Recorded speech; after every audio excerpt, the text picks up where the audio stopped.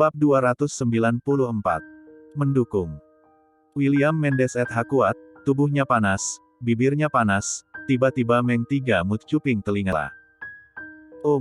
Stella tiba-tiba kaget, gemeteran. Oh ya, dia sangat sensif, telinganya terasa gatal. Makhluk kecil. Aku paham. Sekarang kamu sedang memancingku bukan? Suara terakhir, itu, sangat pelan dan serak, terasa sangat estigaksi. Stella membeku beberapa saat dan sangat menyesali tindakan terakhirnya menggoyang-goyangkan Peet Entat. Oh Tuhan, bagaimana aku bisa menggoyang-goyangkan Peet Entat kepada si Cengeng Chen? Bukankah bajingan ini maniak? Aku salah. Aku lupa kamu tidak tahan akan godaan. Stella merintihkan air mata. Dia sangat gampang lolos dari rasa malu ketika Dio ada, apakah sekarang aku harus masuk dalam perangkapnya lagi? Mengingat itu, Stella tidak berdaya, Peet Entatnya disandarkan di atas perut William. Tentu saja itu sangat keras. Hihi. Tindakannya sangat memprovokasi William sehingga William menarik nafas panjang. Lirikan mata yang tajam. Bocak nakal.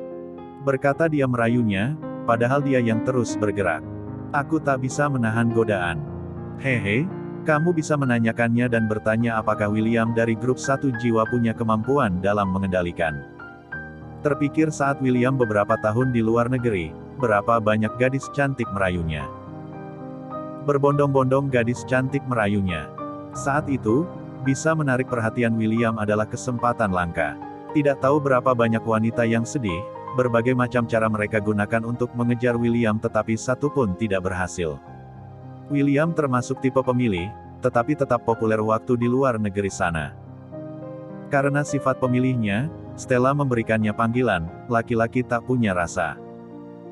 Agak sedikit konyol sih. Stella menutup mulutnya lalu melebarkan matanya. Benarkan. Kamu waktu itu bukannya seperti serigala yang kelaparan. Setiap kali dia mendapatinya dia makan seperti tidak pernah cukup. William terhening diam, sepertinya betul juga. Menurut Stella, dia bisa diibaratkan sebagai elang yang kelaparan. Bocah ini tidak perlu bertindak lebih atau melihat atau sedikit bertindak, bisa tiba-tiba menjadi bertenaga seperti petarung. Sudah berkeringat. Martabatnya sebagai tuan muda kelompok hutang lunas, kenapa berubah menjadi begitu tragis? William batuk beberapa kali, memperbaiki, yang aku lakukan itu. Hanya padamu seorang. Benarkah? Stella tidak percaya, bibirnya dimanyunkan. Presiden William, kamu sudah sangat kuat, tidak perlu lagi latihan untuk menjadi berani dan kuat bertarung. William tersedak dan hampir saja jatuh. Si bocah Stella otaknya. Pasti abis kejedot pintu, kenapa bisa melontarkan kata-kata aneh. Ada yang mengetuk pintu dari luar, sepasang sejoli yang tadinya bertiga-lukan erat harus berpisah. Wajah William kembali seperti sedia kala, berjalan 2 langkah menuju pintu, berhenti. Berbalik, menatap bocah yang mukanya memerah, berkata, "Aku tidak berbohong. Benar, yang aku lakukan itu, hanya padamu seorang." Stella mengangguk-angguk, sambil memamerkan giginya, bergema, iya. Kamu tidak pernah bohong. Tapi dalam hatinya menderu, siapa yang mempercayaimu William? Kurang banyakkan trik licikmu. William membuka pintu, di balik pintu sudah terlihat Kansa. Tuan muda. William nampak tak senang dengan kedatangan Kansa. Cepat atau lambat, ketika dia memohon kepada bocah ini belas kasihan untuk suatu kegembiraan, pintu itu akan diketuk. Kansa yang pantas mati, semakin hari semakin tidak bisa bekerja. Haruskah aku mempertimbangkan untuk mengirimnya ke provinsi lain untuk melakukan training selama 3 bulan? Kansa mengangkat bola matanya, mendapati tuan mudanya yang tatapannya sangat tajam dan kejam seperti serigala itu sekarang seperti ketakutan. Melihat ke belakang mendapati Stella dan menyadari sesuatu berkeringat, ternyata si pembuat kekacauan si Stella ada di sini. Tentu saja, di mana Stella berada, pasti akan ada hal memalukan terjadi. Ini didefinisikan sebagai keabadian.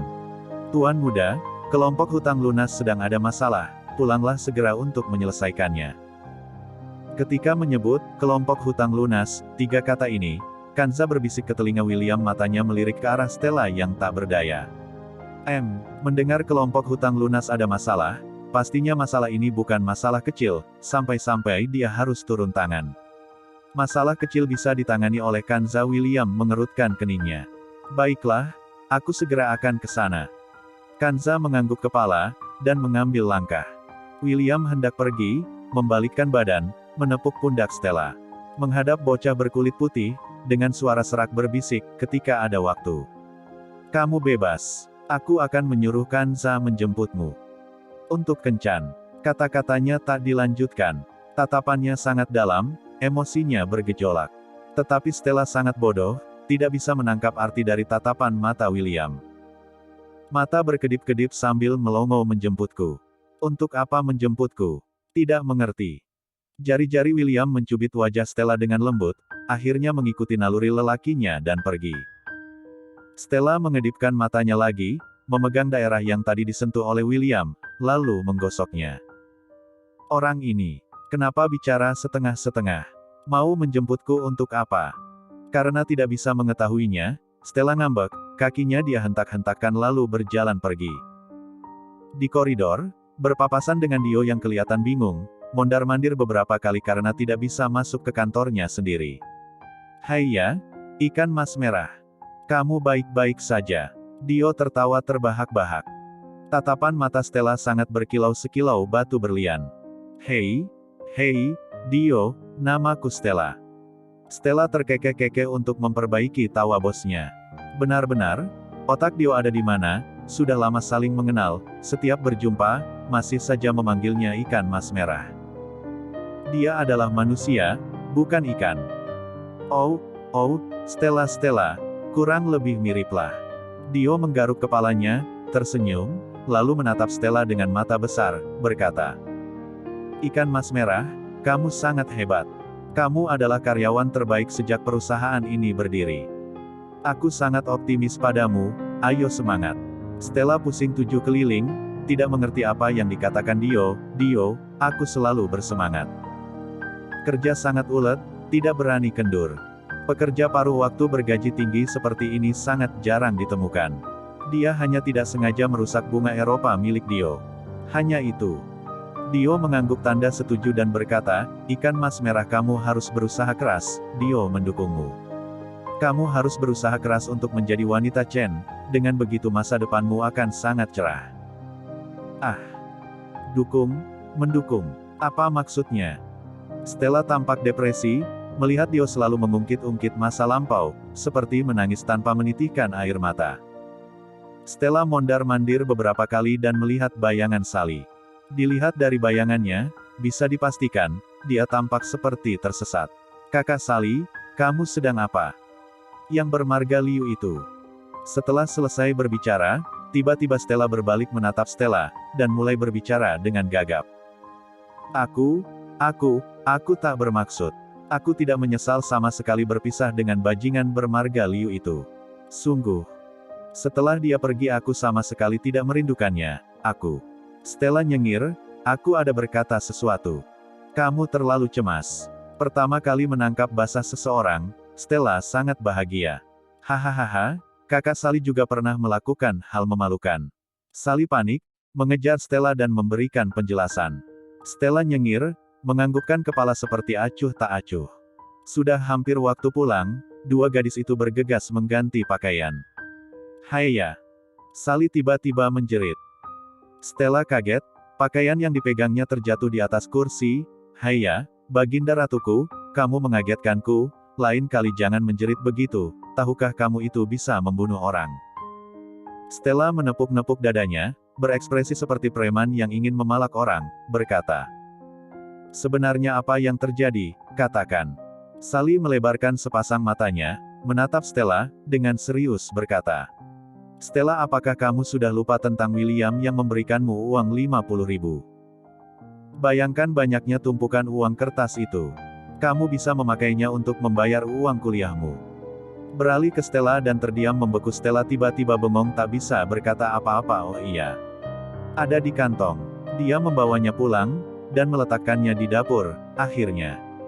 Dibuang olehnya ke planet lain, lalu dilupakannya. Hai ya, aku begitu sial. Aku tak berguna, aku bukan manusia. Aku bajingan. Stella menepuk-nepuk dadanya. Takut akan Stella putus asa sampai menjadi gila, badannya diguncang-guncangkan bertanya. Kamu baik-baik saja kan? Ada apa denganmu sebenarnya? Tidak apa-apa. Akankah kamu mengambil uang yang William berikan, lalu menghidupi lelaki lain? Bab 295. Uangku yang lenyap. Tiba-tiba, muncul dalam benak Sally lamunan kotor. Seorang yang telah bersih, bak 1L, terbaring di atas ranjang rumah Stella. Satu tangan sibuk meraba daerah paha, berkata kepada Stella, sayangku. Ayo ke sini. Biarkan aku melayanimu dengan baik. Di sisi lain Stella memegang rokok seperti tuan besar, perlahan-lahan berjalan ke arahnya. Seperti majikan dengan budak, berkata dengan keras, budakku, Tuan memberikanmu uang, cukup untuk makan dan hidup seumur hidupmu, tetapi kamu harus melayaniku dengan puas. Membuat Sally hampir terbahak-bahak. Muka Stella masam sambil berkata, ada apa dengan lelaki tampan? Walaupun lelaki jelek sekalipun tak bisa kuhidupi.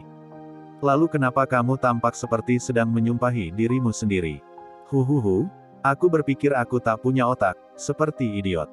Kenapa bisa begitu? William memberikan aku kartu ATM, aku menganggapnya seperti sampah dan membuangnya. Menelan ludah, Sally melotot. Bocah ini, benar-benar idiot. Lalu, maksud kamu uang ini, terlupakan olehku, satu tangan Sally menyodok kepala Stella, memarahinya, apanya yang bagus, kamu ini tolol. Aku tak tahu bagaimana bisa William menyukaimu. Di mana daya tarikmu? Dengan jelas Stella berkata, kelebihanku, ya, tidak punya kelebihan khusus. Sally membatu. Stella telah sampai di rumah, melepas sepatunya, tak memperdulikan lagi pakaian kotor yang menumpuk. Menuju kamar, membuka lemari baju yang sudah kusam, lalu mulai mencari-cari. Di mana ya? Aku sebenarnya menaruhnya di mana? Aku yakin menyembunyikannya di sini. Stella kebingungan mencari, kepala pusing 7 keliling mencari. Kenapa tidak bisa ditemukan? Tidak ketemu. Apakah tikus membawanya pergi? Berpikir begitu, membuat Stella takut. Tikus bodoh, besok aku akan membeli racun tikus. Akan membasmimu. Mencari-cari di lemari pakaian, membuatnya linglung, tiba-tiba Audi pulang. Liburan akan segera berakhir, Audi seperti seekor belalang setelah musim gugur, memanfaatkan keadaan, bermain sampai puas. Stella sudah berhari-hari tidak melihatnya. Awalnya ingin melaporkannya kepada ayahnya, bahwa Audi jarang pulang ke rumah pada malam hari, tetapi dia urungkan karena tak ingin menambah beban ayahnya yang sangat kelihatan lelah ketika pulang kerja. Akhirnya, Audi semakin menjadi-jadi, hahaha, kakak tertua, kamu juga di rumah. Setelah Stella membantu Audi menyelesaikan kasus Vinolatian, Audi dengan patuh dan hormat memanggil Stella dengan sebutan kakak. Kakaknya hampir terbunuh karena dipukul, hal ini membuat Audi lebih sayang kepada kakak tertuanya. Kakak tidak ingin jika tidak menyalaminya. Kamu sudah pulang. Wajah Stella masih bingung, dan menjawab dengan malas, masih berkutat dengan lemari yang membuatnya pusing. Uang, di manakah kamu bersembunyi? Audi bergegas melepaskan bajunya, nampaknya dia kepanasan, dia sudah tak malu lagi dengan kakak perempuannya bahkan pakaian dalamnya turut serta dilepaskannya. Kakak tertua, aku sangat menikmati liburanku, tahukah kamu, aku pergi ke Bali bermain dengan sangat puas di sana. Bali. Tidak heran tidak melihat bocah ini beberapa hari, ternyata dia pergi liburan ke Bali. Bocah ini sangat pandai menikmati hidup, tetapi dari mana dia mendapatkan uang? Bali. Kamu pergi dengan siapa? Tentu saja dengan temanlah. Teman. Teman manamu yang punya banyak uang, yang mengajakmu bermain ke Bali? Pergi ke Bali, membutuhkan banyak uang. Audi menyipitkan matanya dan menyengir, mengeluarkan isi kepalanya, berkata. Tahukah kamu, kakak tertua, kami pergi menggunakan pesawat. Naik pesawat sangat keren, aku sangat suka dengan makanan di pesawat. Stella murung. Begitu banyak uang, naik pesawat itu sangat mahal. Teman manamu yang mentraktirmu? Benar-benar orang kaya. Tentu saja mahal. Terbang bola-balik. Kamu bilang mentraktir. Aku lupa katana padamu sesuatu. Begini, tahukah kamu kiasan, uang yang jatuh dari langit, itu benar-benar terjadi. Dalam lemari baju, tak sengaja kutemukan sekantong kertas. Kamu bisa tebak apa itu? Di dalamnya ada uang 50.000. Ya Allah, hal itu terjadi di rumah kita. Seperti kata pepatah, kuda tidak akan menjadi gemuk tanpa rumput tambahan, manusia tidak akan menjadi kaya tanpa tambahan pendapatan. Aku tentunya harus memanfaatkan kesempatan ini. Aku yang membayar. Stella terbengong. Adikku, gadis jelek, kamu pikir Tuhan itu adakah? Akankah Tuhan memberikanmu uang 50.000? Ahahaha. 50.000-nya ahahaha. Masih sisa berapa? Stella dengan panik bertanya. Audi dikejutkan dengan tindakan Stella yang seperti kanibal, dengan ketakutan menjawab. Masih ada 237,8 ada di dalam tasku. Wajah Stella, dari putih menjadi ungu, lalu dari ungu menjadi hitam. Bocah sialan ini. Bisa-bisanya kamu memakai uang 50.000-ku tanpa bertanya sedikitpun, kamu ingin mati ya? Kalau bukan karena aku tidak pernah memukul, aku bisa memukulmu sampai mati sekarang. Ahahaha. Aku sangat marah. Audi ketakutan setengah mati, dia bersembunyi di dalam kamar mandi untuk sementara, dan tidak berniat untuk keluar. Dia hanya bisa menghela nafasnya. Bagaimana dengan hubungan persaudaraan? Kamu tidak bisa mendiamkan mulutmu karena kita tidak membagi hasil. Seharusnya aku memberikan kakak perempuanku beberapa ribu untuk uang tutup mulut. Stella terbengong. Dia malu memberitahukan kalau, uang 50.000 itu, adalah uang yang bosnya berikan kepadanya.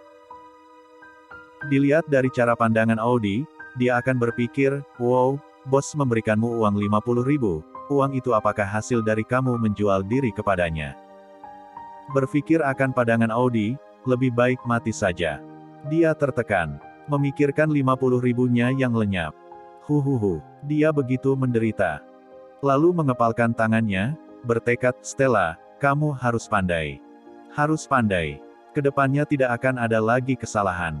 Kemudian, Audi mendapati sesuatu hal, kalau beberapa hari makan di rumahnya selalu berbahan dasar walnut, sarapan, bubur beras walnut siang hari, nasi goreng walnut malam hari, jus madu walnut. Kakak tertuaku, aku mohon, bisakah walnut tidak dijadikan bahan masakan lagi? Aku melihat walnut, seperti ingin muntah. Mendengar dua kata walnut, kepalaku menjadi pusing.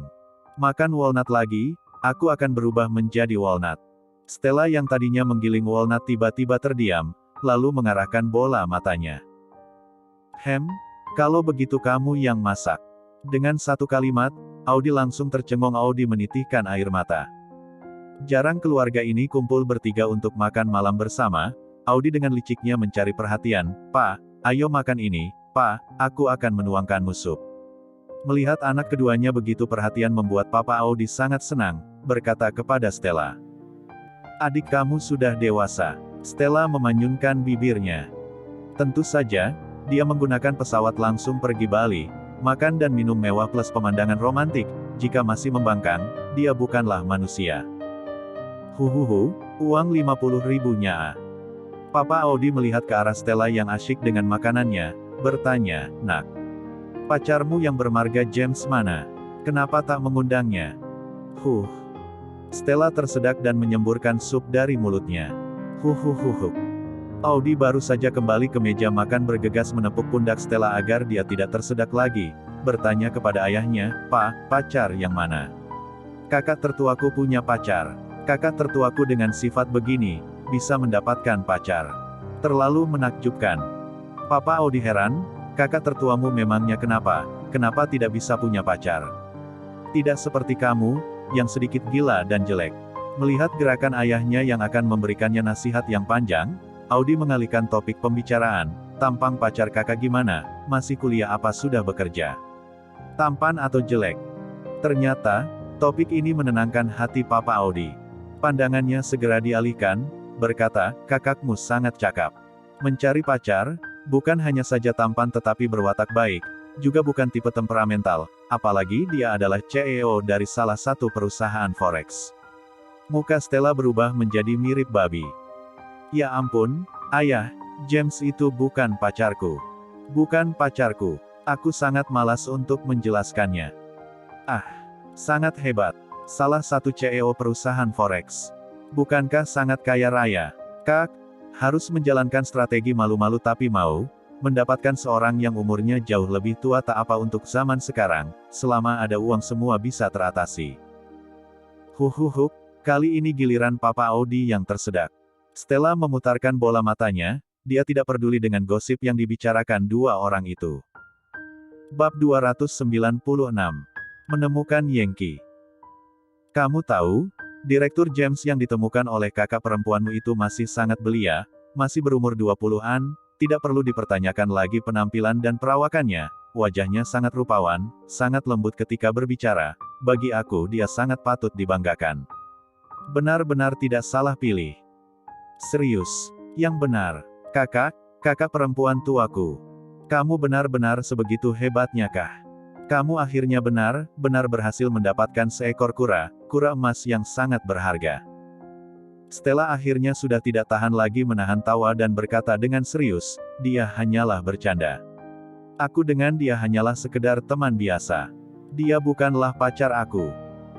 Ngomong mengenai hal itu, sebenarnya pacar aku lebih tampan dan lebih kaya dari James, cuma aku hanya tidak mau mengumbarnya saja. Audi dengan memasang wajah jijik berkata, tolong ya hal seperti itu untuk apa disembunyikan, aku juga tidak akan pernah berpikir ingin merebut pacarmu. Stella kemudian meniup mendinginkan sup sekali lagi. Dengar-dengar, gadis-gadis muda zaman sekarang kebanyakan semua berpikir begitu, semua tergoda ingin merebut pacar orang lain. Kamu sebaiknya segera pergi merebut juga, kalau kamu bisa berhasil merebut James menjadi pacarmu, aku akan membelikan bebek panggang untuk berterima kasih kepadamu. Stella kemudian menatap langit-langit dan mengangkat alisnya. Kalau Audi bisa membawa pergi James ikut dengannya, bukankah Stella bakalan dapat menjadi lega? Dia tidak perlu lagi diawasi oleh James. Dan dia juga bakalan memiliki seorang adik ipar yang kaya. Wah, rencana ini sangat luar biasa. Tidak disangka, kemudian Audi membalas Stella dan mengatakan, enak saja kakak perempuan tua, kamu ingin memberikan laki-laki yang kamu tidak suka kepadaku. Apakah aku lantas harus menerima laki-laki yang ingin kamu buang? Kamu terlalu memandang enteng seorang Audi. Lupakah kamu siapa yang dari kecil sampai besar, yang selalu saja ada laki yang memberikannya kado, dan siapa juga yang dari kecil sampai besar tidak ada satupun laki yang datang menyatakan cinta kepadanya. Kalau ingin membuang, mestinya aku yang memberikan laki yang ingin aku buang kepadamu. Di otak Stella sekarang bagaikan ada segerombolan burung gagak yang sedang terbang. Baik Audi, kamu sangat luar biasa. Kamu sebaiknya ingat baik kalimat yang kamu katakan sekarang ini. Di kemudian hari, ketika kamu sudah bertemu dengan Tuan Muda James, kamu jangan menelan ludah kembali dan balik mengejarnya. Ayah mereka yang memiliki wajah hitam kemudian memberikan lirik tajam kepada Audi dan kemudian pergi menarik Stella sambil berbisik, Stella, kamu tahu kalau adekmu banyak tingkah polanya, kamu harus berhati-hati dengan adekmu itu, kalau Tuan Muda James direbut olehnya harus bagaimana? Seperti kata pepatah kucing buta menemukan tikus mati. Kamu sekarang sudah memiliki pacar. Jangan kiranya kamu melepaskannya lagi. Kalau tidak berhasil, kamu harus memikirkan bagaimana caranya. Stella kemudian tiba memikirkan sesuatu dan pipinya mengembung. Mengertilah ayah, aku sudah mengatakannya James bukanlah pacarku. Ayahnya mengira kalau Stella masih tidak mengerti juga kata-katanya dan ingin membukakan pikiran anak perempuan besarnya yang agak bodoh itu, sangatlah tidak boleh. Kamu ini hanya akan seperti kata pepatah memasak nasi yang sudah matang menjadi mentah kembali. Stella kemudian menjadi terkejut dengan kata ayahnya barusan, dadanya sesak, matanya membelalak dan dengan masih tidak percaya menatap ayahnya yang kuno itu. Pemikiran ayah sejak kapan menjadi terbuka seperti ini? Ya Tuhan, dia bahkan telah memikirkan strategi untuk memasak nasi mentah menjadi masih matang. Benar-benar kagum. Akan tetapi, ayah, tetapi jikalau kamu tahu bahwa anak perempuanmu yang sekarang ini telah dimasak oleh seorang laki-laki menjadi nasi matang, kamu akan bagaimana? Apa yang sebenarnya telah terjadi dengan dunia ini? Apakah aku sudah menjadi gila ataukah kalian yang menjadi gila ataukah kita semuanya telah menjadi gila? Anak-anak keluarga lain ketika hari pertama masuk ke universitas ada orang tua mereka yang menemani. Tetapi Stella ketika hari pertama registrasi di kampus, ayahnya tetap bekerja seperti biasa tidak bisa menemaninya. Si kecil Audi sebenarnya telah berjanji akan menemani kakak perempuannya di hari pertama registrasi kampus, tetapi akhirnya ada seorang anak laki datang mengajaknya buat piknik keluar kota dan dia langsung melupakan janjinya dan pergi bersama anak laki-laki itu. Stella, sudah selesaikah kamu berkemas? Apakah sudah bisa berangkat? Lina berteriak dari luar pintu pekarangan. Stella dari dalam dapur memanjangkan lehernya dan menyahut, sudah. Kamu masuk dulu saja. Lina mengenakan rok yang baru dibelinya, menggunakan riasan di wajah, rambutnya sengaja ditata sedemikian rupa dan dengan anggun dan gayanya yang berkelas berjalan masuk. Astaga ya Tuhan, kamu masih saja membilas panci dan piring. Kamu sama sekali tidak seperti ingin bersiap-siap pergi ke kampus. Lina masuk ke dalam dapur yang sedang dipenuhi dengan bunyi piring-piring dan berteriak dengan marah. Keluarga Xiao ini sebenarnya telah membakar dupa yang harum, bagaimana kepada langit hingga bisa memiliki seorang anak perempuan yang sangat rajin sekali mau berkorban membanting tulang melakukan semua pekerjaan rumah. Hai, sudah mau selesai, tinggal beberapa piring lagi, kamu tunggu aku sebentar lagi ya. Stella segera bergegas membilas piring-piring dan mengelap meja lalu pergi ke kamar mandi untuk mencuci tangan dan menyisir rambut. Lina mengetukkan jari jemarinya di meja dan berkata kepada keluarga Xiao yang miskin ini. Stella, sekalipun kamu sikapnya seperti itu, kamu juga tidak bisa membuat perubahan yang berarti buat keluarga ini. Yang paling kasihan dengan kondisi yang seperti ini jangan pernah berpikir dapat menjadi menantu keluarga terpandang. Stella telah mengikat rambutnya dengan kuncir kuda di belakang dan dengan sisir kecil sedang menyisir poni di depan dahinya kemudian bertanya dengan heran. Kenapa aku tidak dapat menjadi menantu keluarga terpandang? Apakah karena kamu Lina memiliki wajah yang berkelas seperti orang kaya sehingga menjadi sombong sama seperti si Cheng Chen? Lina sambil menunjuk ke arah timur dan barat dan berkata, kamu sendiri lihat kamu seperti seorang budak melakukan segala macam pekerjaan rumah tangga. Kamu yang terlahirkan sebagai seorang yang suka melakukan pekerjaan rumah tangga bagaimana bisa menjadi seorang nyonya besar? Kamu ada melihat menantu keluarga terpandang mana yang mau sendiri turun tangan melakukan pekerjaan rumah tangga? Begini saja, nanti di kemudian hari, kalau aku menikah dengan orang kaya, kamu menikah dengan supir suami aku saja. Stella kemudian tertawa dan dengan handuk membungkam mulut Lina. Enyalah kamu sangat berhati busuk, mengapa aku mesti menikah dengan supir suamimu, enyalah kamu. Lina kemudian juga tertawa. Stella melihat dandanan Lina yang sangat luar biasa tidak dapat menahan lagi untuk mencibir. Cekak Lina, kamu kenapa berdandan menjadi seperti ini? Seperti ini kenapa? Bukankah sangat cantik? Lina kemudian dengan bangga memamerkan dirinya dan berputar di depan Lina beberapa kali. Stella dengan sangat kejam menjawabnya, serius mirip banget dengan Elbu, ibu kaya yang berusia 30-an. Kamu mengataiku dengan begitu buruk. Ini yang sejujurnya. Aku berkata yang sejujurnya tentang kamu. Kedua anak perempuan itu naik angkutan umum bersama ke Owen University. Sangatlah ramai di depan pintu gerbang telah terjadi antrian yang sangat panjang, telah terparkir banyak mobil. Semuanya adalah ayah dan ibu yang menemani anaknya untuk datang registrasi. Adegan itu sangatlah ramai dan menarik.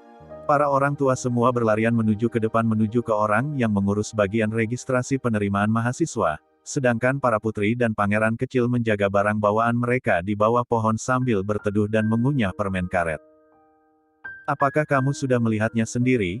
Kami berdua dapat dikatakan orang yang paling patut dikasihani. Ayo, kami harus berjuang sendiri. Lina menggosokkan kepala Stella. Stella kemudian dengan penuh rasa syukur menarik lengan Lina dan berkata, terima kasih Lina, sebenarnya ayah dan ibumu mau menemanimu, tetapi demi menemaniku kamu meminta ayah dan ibumu untuk tidak perlu datang. Terima kasih Lina. Ayah dan ibuku terlalu cerewet. Kalau mereka datang maka aku tidak bisa hidup lagi. Kalau mau berterima kasih kepadaku tidak boleh hanya dengan menggunakan ucapan. Traktir aku makan di Pizza Hut saja. Stella kemudian memutar matanya. Kamu ini hanya mau memeras orang miskin sepertiku. Bukankah aku sudah mengatakannya kepadamu, akhir-akhir ini aku sudah membuang banyak uang. Lina kemudian tersenyum dan berkata, bukankah kamu mengatakan kalau William telah memberikan lagi selembar kartu ATM yang setiap bulannya akan diisi 50,000 yuan. Astaga, tarif kamu menjadi istri simpanan sangatlah mahal. Raut wajah Stella seketika menjadi merah merona. Baiklah, lain kali kalau ada rahasia tidak boleh memberitahukannya kepada Lina lagi. Anak perempuan ini seperti ular beludak yang selalu menunggu waktu yang tepat untuk menggunakan rahasia orang lain untuk memerasnya. Stella dengan pipi yang merah merona kemudian berbisik, aku sudah mengatakannya kepadamu Lina, sesampainya kami di universitas tidak boleh membahas mengenai William orang itu lagi. Aku sudah memutuskannya, kartu ATM itu telah aku simpan di rumah, sampai kapanpun aku tidak akan menggunakannya. Lina dengan sikap yang sangat pengertian dan sangat mendukung menganggukkan kepala sambil berkata, tenang, aku sangat mengerti akan hal itu. Uang itu sampai kamu hamil dan keguguran baru dipakai saja. Stella segera tertegun dan menjadi sangat panas dalam hatinya. Lina, mengapa kamu menjadi marah? Jangan bilang kamu tidak tega untuk membuang anak bermarga Chen itu. Hahaha. Stella melihat Lina yang sedang menertawainya dengan penuh kegeraman hingga hampir muntah darah. Dengan satu kedipan mata, Stella menatap Lina lalu berkata, loh, itu bukannya Lai. Mana? Wajah Lina langsung berubah menjadi putih dan memalingkan kepalanya segera. Stella sambil menggenggam lengan Lina segera membawanya melangkah pergi. Lalu kemudian Lina menyadari kalau Stella telah membohonginya, kemudian mereka terlibat perkelahian kecil. Ketika perkelahian mereka semakin besar dan hangat tidak tampak seperti anak perempuan pada umumnya, terdengarlah sebuah suara yang kecil dan lembut. Loh, ini bukannya Stella dan Lina. Lalu kemudian ada beberapa anak bertanya, Yengki, kedua perempuan ini kamu kenal? Kak Yengki, mereka adalah mahasiswa baru tahun ini. Mahasiswa baru bisa merajalela seperti ini, luar biasa. Yengki berusaha tertawa kecil tetapi dia tidak dapat menahan tawanya. Ya, mereka adalah adik kelas aku di SMA.